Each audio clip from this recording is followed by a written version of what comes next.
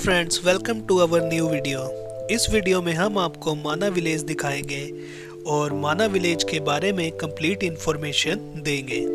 कब जाएं, कैसे जाएं, कौन सी जगहें घूमें, कितना खर्चा आएगा माना जाने का।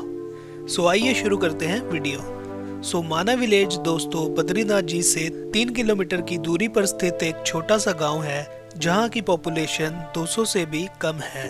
पर इस गांव का बहुत ही प्राचीन इतिहास है। पांडव इस गांव से होकर स्वर्ग गए थे। गणेश जी ने यहाँ पर बैठकर वेदों की रचना की थी।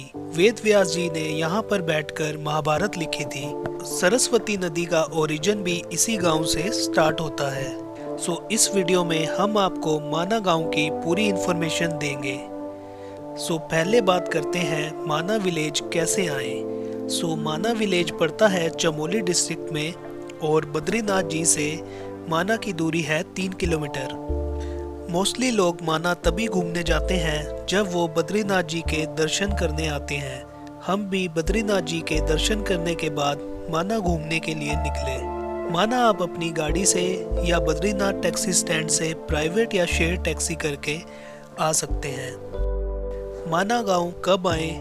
माना दोस्तों आप मई से नवंबर के बीच में कभी भी आ सकते हैं। नवंबर के बाद काफी ज्यादा बर्फ माना में गिर जाती है और नवंबर के बाद आना थोड़ा रिस्की भी रहता है। रास्ता आप देख सकते हैं दोस्तों, बेहद ही खूबसूरत है। आपको यहाँ आकर ऐसे लगेगा कि आप लेह लद्दाख वाले हाईवे पर आ गए हैं।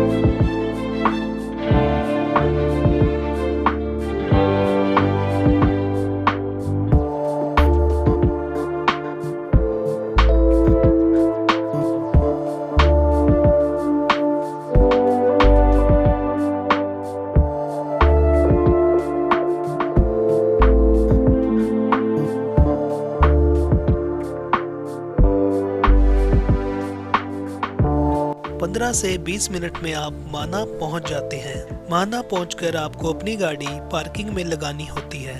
पार्किंग के चार्जेस कार के 50 रुपीज और बाइक के 20 रुपीज है।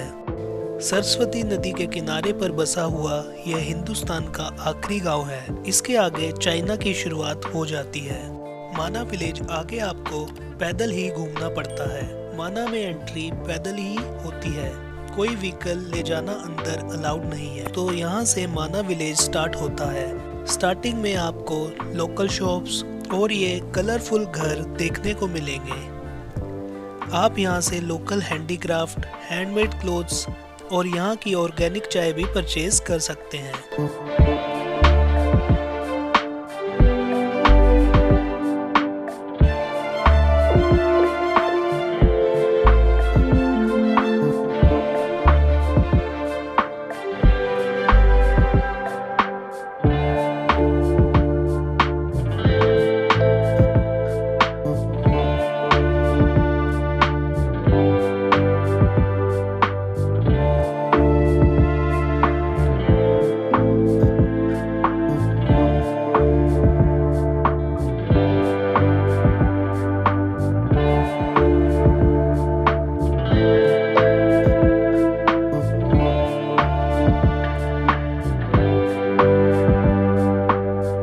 हाइट आप माना की देख सकते हैं 10,133 फीट है।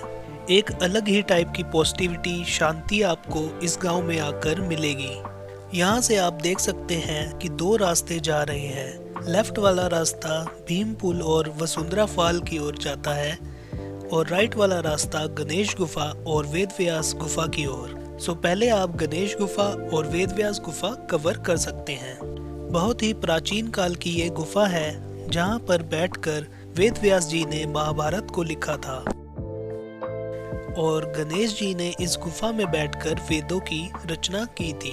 कहा जाता है कि जब गणेश जी वेदों की रचना कर रहे थे तो सरस्वती नदी बहुत ही प्रभाव से बह रही थी, जिसके शोर के कारण गणेश जी परेशान हो रहे थे।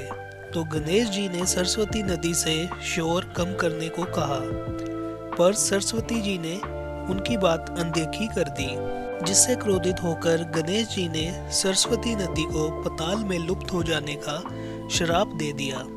इसीलिए सरस्वती नदी आपको सिर्फ यहाँ माना में ही दिखाई देगी और कुछ मीटर बाद सरस्वती नदी आपको नहीं दिखाई देगी, क्योंकि सरस्वती नदी कुछ ही दूरी बाद लुप्त हो जाती है। सो अब हम चलते हैं सरस्वती नदी का स्टार्टिंग पॉइंट और भीम पुल देखने। सो ये आप देख सकते हैं सरस्वती नदी जी का मंदिर और सामने सरस्वती नदी बहती हुई। ये सरस्वती नदी जी का स्टार्टिंग पॉइंट है और कुछ ही दूरी पर सरस्वती नदी लुप्त हो जाती है।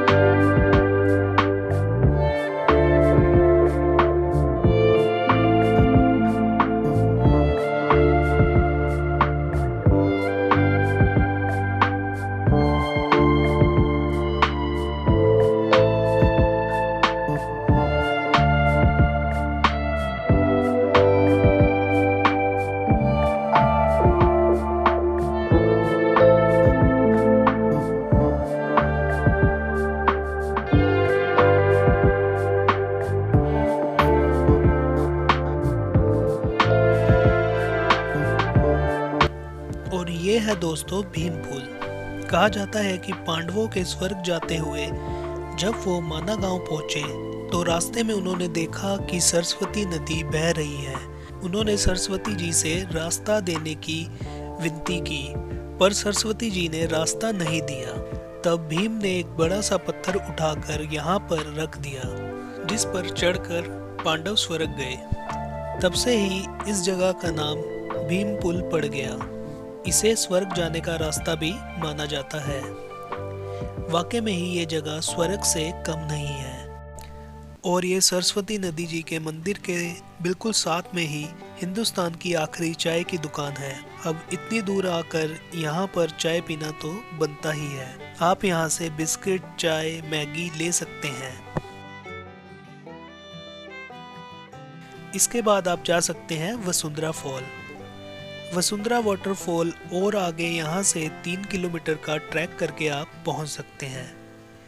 हिमालय की ऊंचाई से यह वाटरफॉल नीचे गिरता है, जिससे कि इसकी बौछारें दूर दूर तक गिरती हैं। कहा जाता है कि अगर किसी का मन साफ नहीं है और किसी के मन में पाप है तो इस वाटरफॉल की बौछार उस व्यक्ति पर नहीं गिरती है।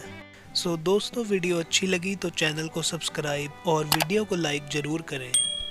मिलते हैं आपसे नेक्स्ट वीडियो में।